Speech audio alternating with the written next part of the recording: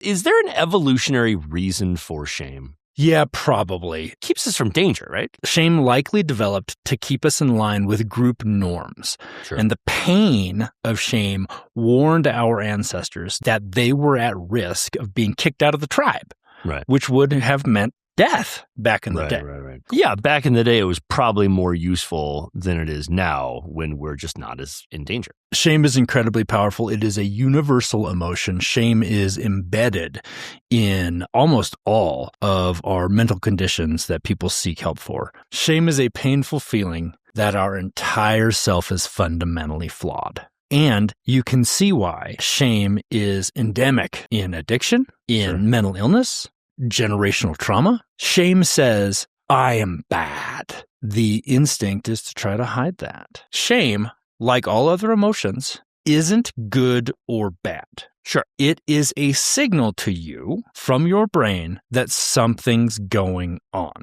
Right. So the sensations that you get with shame, that knot in the pit of your stomach, the flushing, fear that you're going to be ostracized, that is a signal. Now, what you do with that signal, not to retreat into the shame, but to look at it as a signal. When Rumi is having a flashback about talking with the godmother, who was a former protector, former member of the girl group that preceded Huntrix and guarded the world, she was talking to her about you have to hide all your things. She was being taught right then that I am bad, that you must listen to the shame because no one will accept you. So that was the external message that became internalized for this young girl. You want to identify the early warning signs that you're having a shame reaction.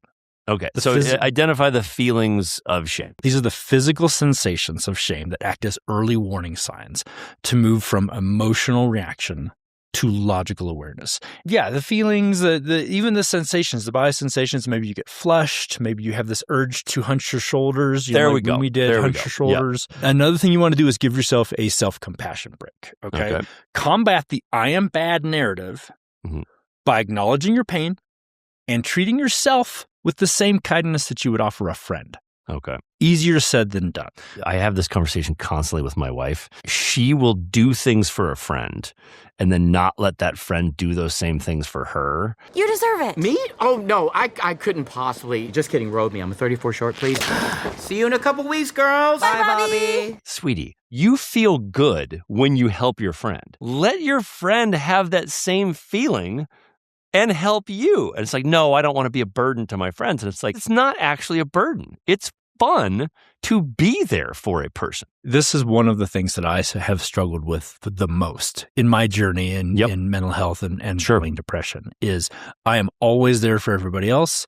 But if somebody offers me a helping hand, I have in the past rejected it because I didn't want to be a burden. I bet in a way, even though you're aware of it, you always will to some extent. That will always kind of be a part of your makeup. Sure. I mean, look, as we're talking about these things to combat shame, it's not you do this one time and the shame's gone, right? It is a constant reanalysis of what's going on. It's one battle after another, man. It is literally like you are hunting the demon inside of yourself with some K-pop. Sure.